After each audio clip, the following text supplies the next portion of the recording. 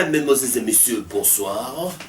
Ce soir, dans Carré Minier, nous allons focaliser notre coup de projecteur sur le paradoxe congolais face aux enjeux géostratégiques autour des minéraux stratégiques de la transition énergétique mondiale future. Une question passionnante, certes, une question d'actualité que nous allons tenter de décortiquer ce soir avec Maître Fabien Mayani. Il est activiste de la société civile, membre de l'ONG Le Congo n'est pas à vendre, chercheur indépendant et auteur de plusieurs articles en rapport avec le secteur des mines. Maître, bonsoir. Bonsoir. Maître, d'entrée de jeu, ma toute première question c'est de savoir, la République démocratique du Congo, trésor mondial du cobalt, cuivre, lithium, pour la transition énergétique mondiale, demeure l'un des pays les plus pauvres qui illustre le dilemme ressources, richesse et pauvreté. Pourquoi cette richesse exceptionnelle ne se traduit-elle pas toujours, pas encore, par un développement durable pour le pays? Oui, d'abord, je tiens à vous remercier de m'avoir invité. Ça fait quand même un peu longtemps depuis que je suis passé à la RTNC, donc je suis heureux d'être là et de pouvoir échanger avec vous autour de ces questions importantes et essentielles pour notre pays. Alors, pour essayer de répondre à votre question qui a plusieurs facettes, j'avoue, il faut partir de cette théorie que vous avez tout à fait rappelée avec raison, la théorie de la malédiction des ressources naturelles. C'est une théorie qui a été développée depuis plusieurs années déjà par les experts, économistes, juristes et autres experts en ressources naturelles, qui fait que, qui montre que dans beaucoup de pays, notamment les pays du tiers-monde, des pays qui ont beaucoup de ressources, en même temps ce sont des pays les plus pauvres, comme vous l'avez bien souligné. Et cette situation s'explique en grande partie par d'abord des raisons historiques. Donc pour revenir au cas du Congo, vous le savez bien, le Congo a été un enjeu mondial depuis le 19e siècle. On peut partir du bassin du Congo. Voilà, bien avant la conférence de Berlin, oui. Ensuite la conférence de Berlin, à l'époque Léopold II, qui a fait des efforts pour obtenir la gestion du Congo à partir de ses ressources. Et lorsqu'on est arrivé à la conférence de Berlin, les puissances mondiales de l'époque ont décidé que le Congo ne soit pas confié à un État quelconque pour justement que le pays ou les richesses servent à tout le monde. C'est le fameux régime conventionnel du bassin du Congo qui permettait qu'à toutes les puissances mondiales puissent venir faire du commerce, exploiter les ressources du Congo et qu'il y ait une certaine tranquillité. Et Léopold II a été désigné comme étant le gérant pour faciliter cette exploitation. C'est pour ça d'ailleurs que notre pays s'est appelé après la conférence de Berlin État indépendant du Congo. Ça veut dire un État libre qui n'était pas sous la domination d'une puissance quelconque, mais seulement Léopold II qui était comme entre guillemets propriétaire du Congo. Mais au-delà de ces raisons historiques qui ont fait que le Congo a été placé, on dirait, comme une propriété commune du monde, il y a aussi des raisons actuelles, des raisons depuis que le pays a accédé à l'indépendance. Bien évidemment, l'héritage colonial joue beaucoup dans la situation que nous vivons aujourd'hui, mais en même temps, il ne faut pas négliger la part des responsabilités de nous Congolais depuis que nous avons acquis l'indépendance le 30 juin 1960. Cette problématique, quand on lit la littérature, parmi les raisons qui sont évoquées, c'est notamment la question de gouvernance. Comment on gère les ressources, comment on met en place les lois, les politiques qui permettent à ce que les ressources soient bien gérées, soient bien exploitées et surtout pour l'intérêt des populations. Là, il y a encore un problème au niveau de la gestion qui fait qu'aujourd'hui, quand on regarde les facteurs, même disons la cartographie ou même l'économie politique du secteur minier congolais, il y a un certain nombre d'éléments qui, à mon avis, continuent à expliquer cette malédiction ou ce paradoxe que vous avez évoqué. Parmi les éléments, c'est l'extraversion des secteurs miniers congolais. Aujourd'hui, c'est un secteur extraverti. Extraverti, tourné vers l'extérieur. Voilà. Ça veut dire que, d'une part, le secteur est essentiellement contrôlé par les entreprises étrangères. Ça, c'est le premier élément. Deuxième élément, nous avons un secteur minier, même si on a fait des efforts avec la révision de nos lois, notamment le code minier, nous avons un secteur minier qui est tourné vers l'exportation de produits à faible valeur ajoutée. Ça veut dire, en lieu et place de créer un écosystème national qui favorise la transformation locale, le raffinage et les produits finis qui peuvent être vendus à partir du Congo, l'essentiel de nos minéraux sont exportés à faible valeur ajoutée. À part peut-être le cuivre qui est exporté un peu à, disons, en termes de 14, de 99%. Mais c'est le minerai, hein, c'est le métal. Ce n'est pas un produit fini qu'on peut utiliser. Vous avez évoqué le cas du cobalt, qui est l'un des minéraux aujourd'hui, au centre des enjeux mondiaux. Et j'ajoute à ce que vous avez dit, les minéraux du Congo ne sont pas seulement utiles pour la transition énergétique, mais c'est aussi utile pour d'autres technologies. Les technologies de la défense aujourd'hui. L'armement stratégique qu'on voit à travers le monde, beaucoup de ces armes, beaucoup de ces technologies avancées utilisent les minéraux. Vous avez aujourd'hui tout ce qu'il y a comme révolution technologique, intelligence artificielle, tout ce que nous voyons aujourd'hui en termes de technologies avancées, les minéraux sont aussi utilisés là-dedans. Donc, on a aussi les questions de l'aérospatiale, on a aussi les secteurs pharmaceutiques. Donc, c'est des minéraux qui sont au cœur de l'évolution du monde. Mais maintenant, le problème, comme je l'ai dit, c'est cette problématique de la gestion de nos politiques, de comment nous gérons les secteurs, l'absence de politiques qui peuvent favoriser la transformation locale, parce qu'on ne le dira jamais assez, un pays, pour tirer davantage parti de ses ressources, les ressources doivent être transformées au niveau local. Évidemment, il y a la question aussi des impôts et taxes, qui est une problématique majeure, parce qu'effectivement, en exploitant ces minéraux, on doit payer les impôts et taxes.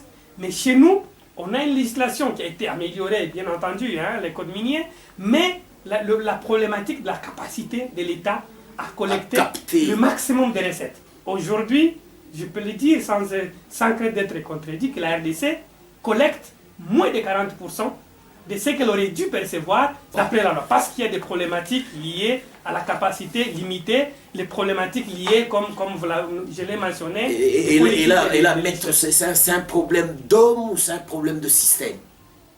Moi, je pense que c'est les deux. Hein. Ce sont les hommes qui sont dans un système. Ça veut dire, ce sont des hommes dans un système. Dans un système. Ça veut dire, le système qui a été mis en place, et pour éviter la colonisation, il faut le dire, hein, est perpétué par la classe politique, l'élite politique. On n'a pas amélioré ce système-là depuis 1960. C'est resté le même système. Ce n'est pas beaucoup amélioré. Par exemple, je prends le cas de la question des contrats miniers aujourd'hui chez nous. Oui. Évidemment, à côté de la loi, il y a aussi cette possibilité de venir signer un contrat minier avec soit l'État congolais directement, ou soit avec les entreprises de l'État qui détenaient l'essentiel des actifs miniers. Comment ça se passe? Quasiment tous les contrats miniers, quand vous les lisez, j'ai déjà lu en tout cas une grande partie, vous voyez que dans ce qu'on appelle le capital social de l'entreprise, la partie congolaise a toujours une participation minoritaire. De 10%. 10, 20, 30, parfois 40, c'est rare qu'on arrive à 50. Pourquoi? Parce que les négociateurs congolais, les personnes qui représentent la RDC, n'ont pas la bonne volonté ou peut-être la capacité de pouvoir négocier de manière équilibrée. C'est pour ça que d'ailleurs tous les jours on entend renégociation de contrats, révisitation, parce que dès le départ, les contrats ont été mal négociés. Mal négociés. Mal négociés en défaveur de la partie RDC. Voilà, très bien. Alors nous parlons législation, je voudrais revenir sur le code minier révisé de 2018, les règlements miniers, et nous avons un plan stratégique, si tu voulez, tout ça. Est-ce que ces instruments restituent-ils au gouvernement de la République sa souveraineté sur les ressources de son sous-sol? Oui, c'est vrai qu'on a un cadre légal, vous l'avez rappelé, le code minier de 2002 qui a été révisé en 2018, oui. Et ensuite on a le plan stratégique 2024-2028 qui a vocation à gérer le secteur minier, mais à mon avis, ces instruments-là ne sont pas suffisants. Ils ne sont pas suffisants. Non, et je m'explique. D'abord, au niveau de la loi, il y a encore quelques incohérences au niveau de la loi qu'il faut régler pour arriver à avoir un code minier plus souple pour l'application, surtout pour la collecte des recettes. Parce que, il faut le dire ici, que lorsqu'on exploite les minéraux, l'idée, c'est que l'investisseur et l'État, le pays d'accueil, puissent arriver, avoir un partage plus ou moins équitable. Et ça demande un peu de l'intelligence du côté du pays d'accueil, de pouvoir mettre en place une législation, un régime fiscal souple qui tienne compte de plusieurs facteurs. Par exemple, les facteurs prix des minéraux, facteurs coûts opérationnels. Mais chez nous, on a un code minier figé qui ne permet pas d'être flexible sur un certain nombre de questions. Par exemple, aujourd'hui, nous avons... Le code est verrouillé, il n'actualise pas les taux. C'est ça. Je vous donne juste un exemple. Donnez-moi, illustrez cela par la redevance minière. La redevance minière. C'est parmi les revenus principaux du secteur minier. Nous avons dit dans le code minier révisé que lorsque un minerai stratégique, un minerai simple, je vais revenir à la définition de minerai stratégique, est déclaré stratégique, donc lorsque le gouvernement déclare un minerai stratégique, le taux de la redevance minière pour ces minéraux devient 10%. Il passe soit de 2%, soit de 3% à 10%. Ça, c'est le premier élément. Deuxième élément, notre code a prévu ce qu'on appelle l'impôt spécial sur le super profit. Ça veut dire lorsque le minerai a augmenté de prix et que le prix dépasse ce que l'entreprise minière a prévu dans son étude de faisabilité, l'entreprise, c'est un peu technique, l'entreprise doit payer 50% de ses surplus à l'État. Quand on analyse ça de manière tout à fait technique et intelligible, on se rend compte que c'est une mauvaise formule. Pourquoi? Parce que, d'abord, je l'ai dit tout à l'heure, l'État n'est pas en mesure de bien contrôler le secteur. L'État congolais n'est pas en mesure de bien contrôler le secteur. C'est ça. Tous ces calculs-là à faire. Parmi les enjeux, il y a le contrôle du secteur. Il y a le contrôle. Parce que c'est justement le secteur minier, il faut le contrôler pour pouvoir savoir ce qui se passe et surtout tirer parti de ce qu'il y a comme recette à collecter. Il y a cette difficulté-là. Or, pour collecter par exemple cet impôt-là sur le super profit, il faut être à mesure de bien suivre les états financiers, les états de faisabilité. L'État congolais n'est pas en mesure de faire ça. D'autres pays ont compris la difficulté. Ils se sont dit, en lieu et place d'avoir des outils figés, des instruments figés, mettons en place des instruments progressifs. Ça veut dire, si aujourd'hui, une tonne de cuivre, on est à 13 000 $ presque sur le marché mondial, et à 13 000, donc la redevance passe de 2%, de 2 à 4%. 4% par exemple. Proportionnel vous avez tout compris. Au coût. Vous avez tout compris. Si la redevance minière baisse à 8 000, le taux de la redevance minière baisse à 3%. Et ça permet d'avoir une certaine équité et une facilité pour l'État à pouvoir collecter cette redevance. Mais chez nous, on a un taux figé. Qui est resté statique. Même si le cuivre est vendu. Voilà, on regarde super profit, dont on a du mal à récupérer. Et de l'autre côté, on a cette notion des minéraux stratégiques. La République démocratique du Congo est-elle souveraine avec ses instruments? Il y a une certaine souveraineté ou relative, si vous voulez, sur le sol et le sous-sol appartient au gouvernement de la République, n'est-ce pas? Et c'est lui le souverain, c'est lui le patron. Sa souveraineté, elle est réelle. Oui, avant de répondre à la question, j'ai complété un élément sur la question précédente. Sur est-ce que ces instruments sont suffisants, le code, le cadre que vous avez mentionné. Il manque encore quelque chose en RDC.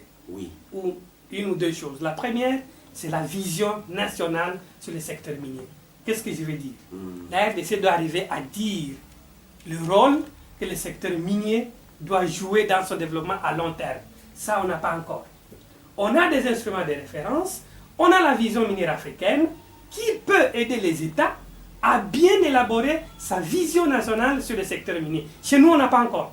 On est là avec la loi que vous avez mentionnée. Madame Soumino a donné une vision léguée aux générations futures, un secteur minier capable de... Il y a une vision dans ce sens-là. La vision, qu'est-ce qu'une vision finalement? C'est la même vision que dans les églises. Non, la vision, ce n'est pas un discours politique à la télévision. C'est un écrit. C'est un plan qui montre les objectifs à long terme. Par exemple, on veut que le secteur minier congolais, d'ici 2060, il arrive à relever l'agriculture. Il soit utilisé comme levier pour soutenir les autres secteurs économiques du pays. Donc, mettre des indicateurs objectivement observables. Tout à fait. Et ça dans 20 ans, ça sera ceci. Dans 15 ans, ça sera ceci. Ça, il n'y a pas. Ça, on n'a pas.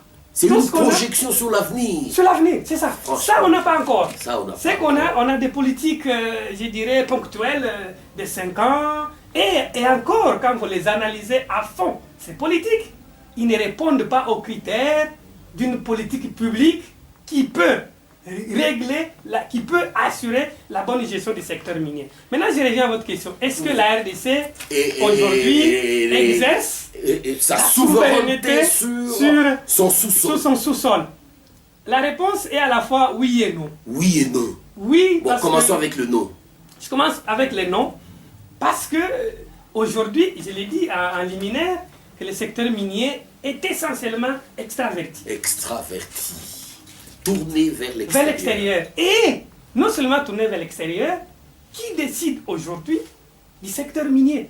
Ce sont ces acteurs-là qui contrôlent le secteur, qui ont quasiment le dernier mot, même si l'État peut prendre des mesures. Mais au final, ce sont les acteurs extérieurs qui ont la décision, qui gèrent, qui contrôlent et qui sont même propriétaires des actifs miniers.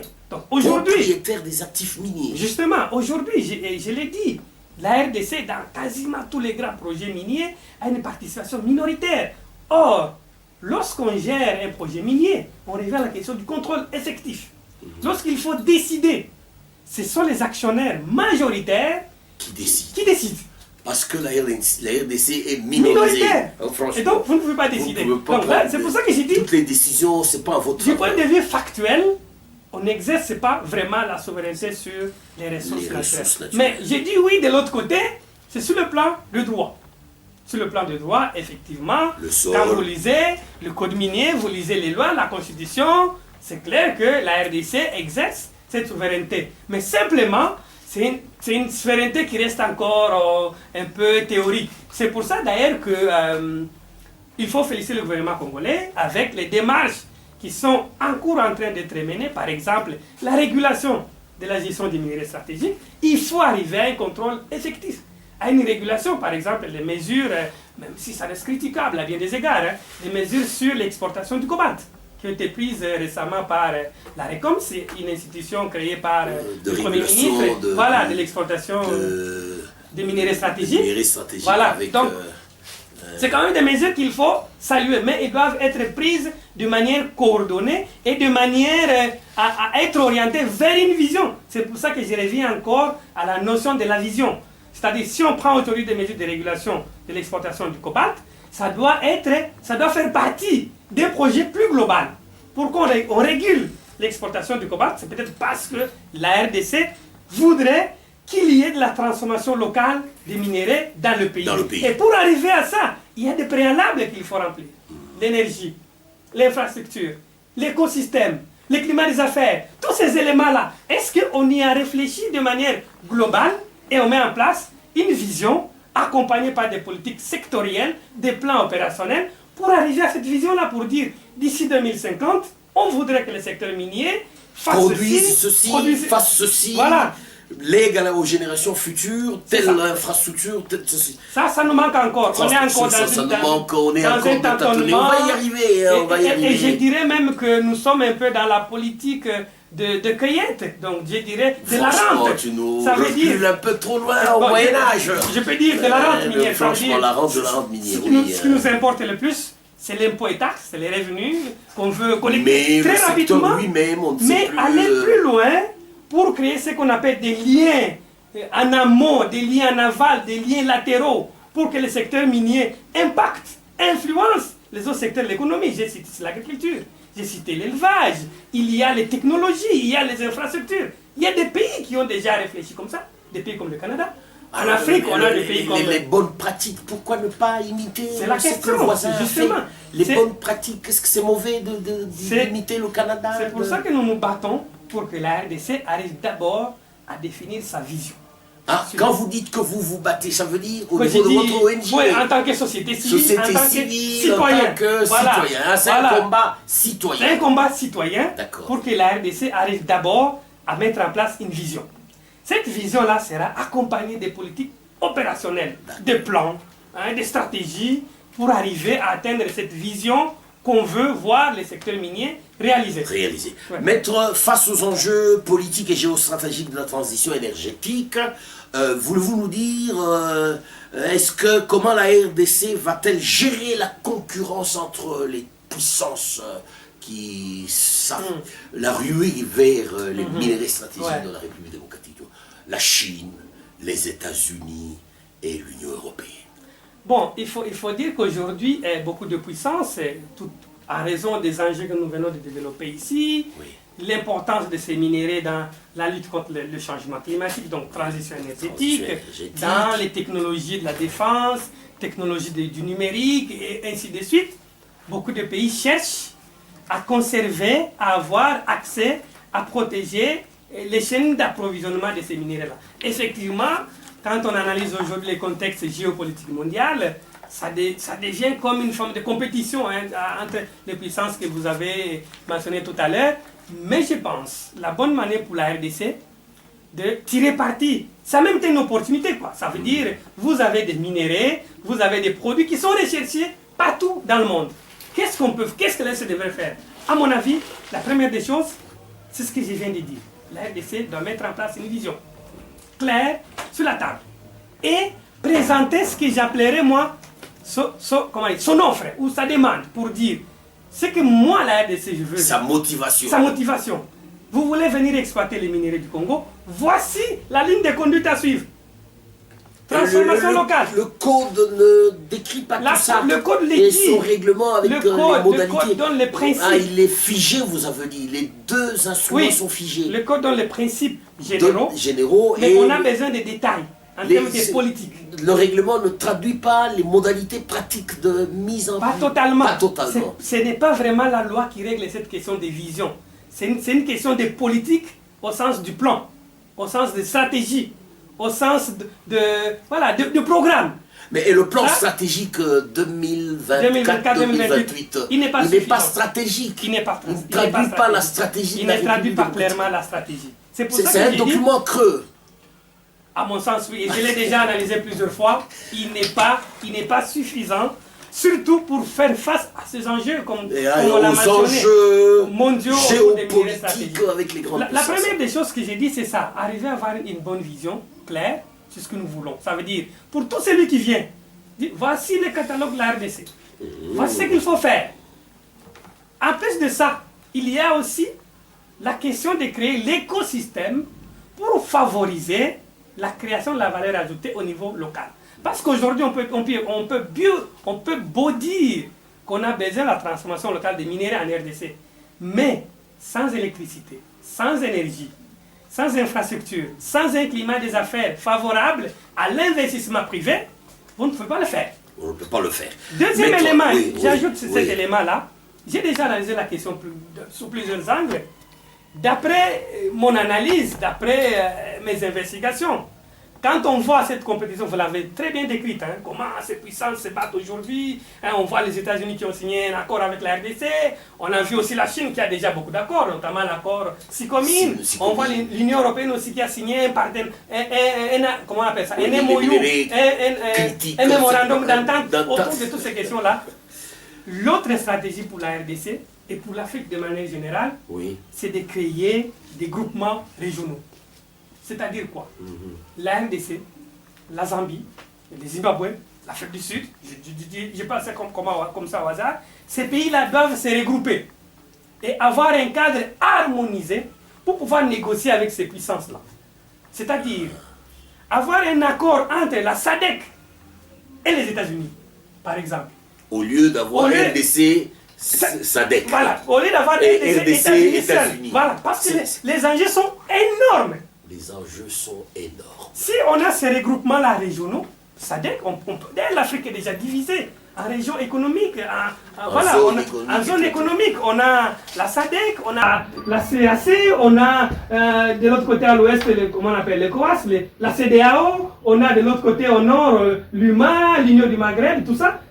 À mon avis, les pays africains devraient aller dans ce sens-là. C'est-à-dire créer des regroupements régionaux et avoir des cadres juridiques, des cadres politiques harmonisés, de sorte qu'on arrive à négocier avec ces puissances des accords équilibrés. Un seul pays, moi je doute qu'un seul pays soit en mesure de signer et surtout d'interagir de manière équitable avec ces puissances. Et prochain rendez-vous avec Karim Minier, c'est donc pour la semaine prochaine. Nous avons eu le plaisir de recevoir sur ce plateau de la télévision du peuple Maître Fabien Mayani. Il est chercheur indépendant, il est auteur de plusieurs articles dans le secteur relatif avec le secteur des mines.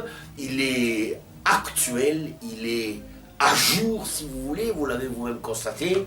Eh bien, nous allons nous retrouver très prochainement. Karim Minier, Jean-Jules Magloire Chosakai vous dit sincèrement merci, bonsoir et à très bientôt.